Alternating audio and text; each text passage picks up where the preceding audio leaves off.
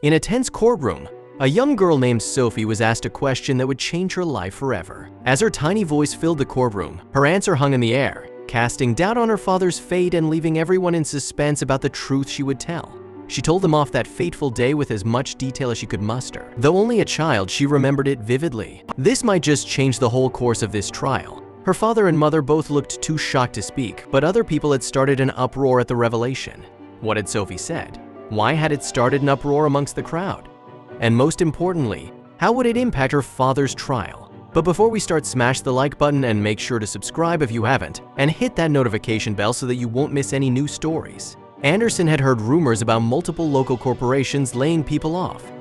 Maybe one of her parents had recently become unemployed. Anderson walked over to Sophie to see what the clever young girl was drawing. "Good morning, Sophie," she greeted, bending slightly to meet Sophie's eye level. "That's a lovely drawing you have there." Sophie gave her a smile at the compliment and held up her school sketchbook. The drawing showcased a house with a series of colorful boxes in the background. "Thank you, Mrs. Anderson. And what's inside this secret treasure, Mrs.?" Anderson asked and saw a slight shift in Sophie. "It's a secret," she replied, "but it's something very, very special.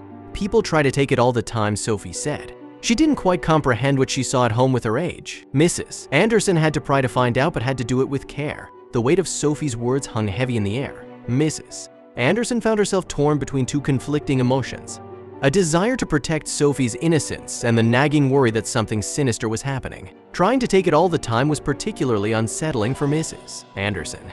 She had to find out what it was. Ms. Carmen Garcia had told her friend about a new player in the drug scene after obtaining some illegal substances from one of her students.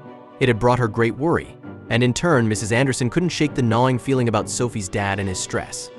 Mrs. Anderson shared her concerns and showed Ms. Garcia some of Sophie's drawings. They both agreed that while it was essential not to jump to conclusions, it was equally critical to ensure Sophie's safety. With the weight of the responsibility pressing down on her, Mrs. Anderson knew she had to act. But she also so understood the importance of treading carefully, ensuring that she did not inadvertently place Sophie or her family in danger. After her enlightening night with her friend, she finally reached out. As a teacher, she was obligated to ensure a child's safety. She dialed the local police's non-emergency number. When the dispatcher connected her to Detective Ramirez, Mrs. Anderson carefully explained her observations and concerns. "We've had our suspicions about new players in the drug scene," he admitted. "While I can't reveal too much, I can say that what you're sharing is valuable. Her father is in our custody, still claiming to be innocent." The detective sighed. A child shouldn't be raised in an environment filled with illegal substances. It could have ended badly if she one day would have wanted to taste that treasure. What she needed to know: what had happened to Sophie? She and her mother have been temporarily vacated from their home and are living with Sophie's grandmother for now. We're ensuring their safety. This was surely a relief.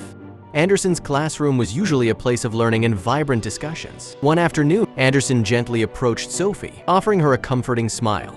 "Is everything all right at home?" she inquired.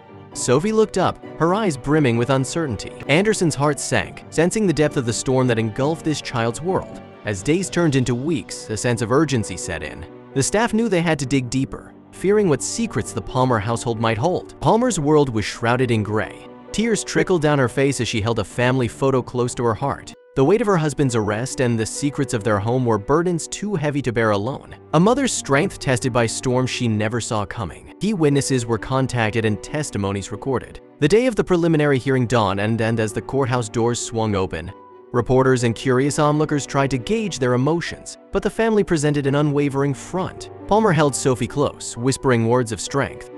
The truth was still elusive, but there was a growing belief, said.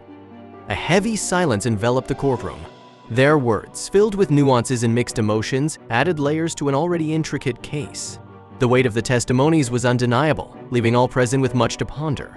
The defense wasted no time. "I've lived in this town all my life. I love my family, and I would never jeopardize their future." Tears welled up in his eyes. "I stand before you, innocent and hopeful that justice will prevail." The courtroom's murmurings fell silent as Sophie, petite and trembling, took to the stand. Sophie clutched her cherished sketchbook closely, the only remnant of her peaceful days.